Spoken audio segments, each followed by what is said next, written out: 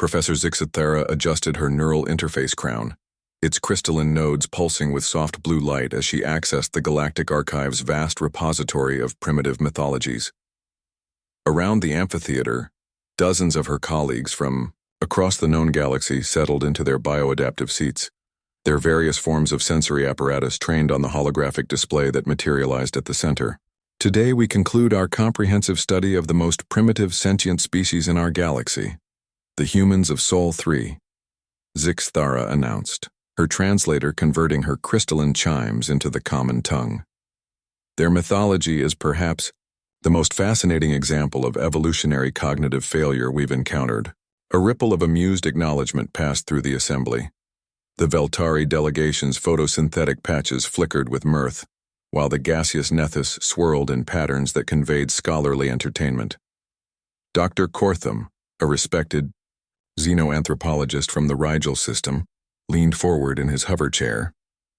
Their creation myths are particularly amusing. They actually believed their species was crafted by omnipotent beings, rather than evolving from simple protein chains like every other sentient race. Indeed, Zixithera continued, manipulating the hologram to display Earth's ancient texts. But their heroic tales are even more preposterous. Observe this Prometheus, supposedly stealing fire from gods, or this Hercules, performing impossible feats of strength. Clearly compensatory fantasies born from their physical inadequacies. The assembly erupted in scholarly laughter. The renowned Dr. Plixandra, whose 6 eyes could perceive 17 different light spectrums, gestured dismissively with her tertiary appendages. Humans are statistically the weakest, slowest, and most fragile sentient species we've catalogued. Their myths reflect desperate wishful thinking. Precisely, Zixithera agreed. No natural claws, inadequate sensory organs, limited telepathic ability, essentially zero. Yet their stories speak of slaying monsters, conquering death itself, and achieving godlike power through sheer determination, psychological defense mechanisms at their most transparent. Young Dr. Mesthawk, barely past his 3rd molting, raised a tentacle tentatively. Professor, what of their more recent mythologies? The ones they call urban legends or campfire stories? Zixithera's crown pulsed brighter with what might have been condescension. Ah, yes, even more delusional. Tales of humans surviving impossible odds, of their species spreading across their galaxy through pure stubborn will. They even fantasize about first contact scenarios where they somehow impress or intimidate vastly superior alien civilizations. The amphitheater resonated with harmonious laughter across multiple frequency ranges. Consider this particularly absurd tale, she continued, projecting a human text. The one who walks between worlds. Apparently a human who could traverse dimensional barriers through force of will alone. Or this one, when the stars went dark, humans supposedly reigniting dead suns with nothing but primitive technology and determination. Dr. Kortham's sensory stalks twitched with amusement. Their neural patterns must be severely compromised by evolutionary pressures. No species achieves anything significant through willpower alone. Exactly. Superior technology, genetic optimization, or psionic ability, these determine advancement. The human concept of never giving up is a profound misunderstanding of how the universe actually operates. As the session continued, the scholars dissected humanity's myths with clinical precision. They analyzed the psychological trauma that might have birthed tales of humans befriending dangerous predators, of humans somehow earning the respect of godlike beings, of humans punching above their weight class so consistently that even their fictional stories reflected this impossible theme. The presentation concluded to enthusiastic acclaim. The assembled academics congratulated themselves on another successful deconstruction of primitive psychology.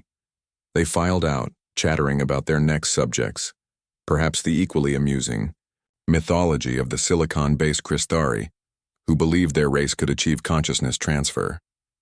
That night, Dr. Kortham settled into his regeneration pod, his mind still buzzing with scholarly satisfaction. His neural pathways began their nightly defragmentation process, filtering through the day's accumulated data. Then something unprecedented happened. His consciousness is shifted. Suddenly, he wasn't Dr. Cortham, respected xenoanthropologist. He was something else entirely. Something terrifying. He was standing in a massive starship's command center, but he recognized neither the technology nor his own reflection in the dark screens. The being looking back at him was bipedal, fragile-looking with only 2 eyes and soft, unprotected skin. Human. But that wasn't the terrifying part. The terrifying part was what he was doing. He was giving orders to a crew of beings that looked exactly like his real-world colleagues. A Veltari at the navigation station, its photosynthetic patches dim with what he somehow recognized as respect. A Nethys managing communications, its gaseous form held in perfect discipline. A crystalline being like Zixthara herself at the weapons console, following his commands without question. "Sir," the Veltari reported, "the enemy fleet has surrounded us. We're outnumbered 1,000 to 1. And this human version of himself, this impossible dream self, smiled.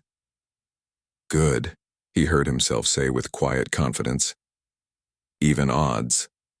The human lifted a simple chemical-based weapon, checked its primitive projectile magazine, and headed for the airlock.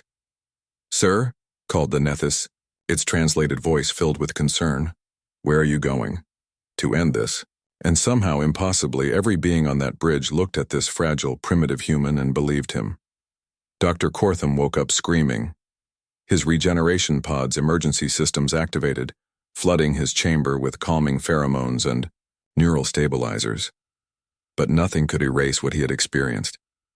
For those few moments he had felt what it was like to be human, to believe, with absolute certainty, that will alone could reshape reality, to face impossible odds not with superior technology or evolutionary advantages, but with nothing more than the conviction that giving up simply wasn't an option. And the most terrifying part of all, in that dream, surrounded by superior beings, who should have dismissed him as primitive and weak, he had been their leader, and they had followed him gladly. Dr. Cortham spent the rest of the night staring at the ceiling, a single thought echoing through his mind. What if the humans' myths weren't fantasies at all? What if they were prophecies?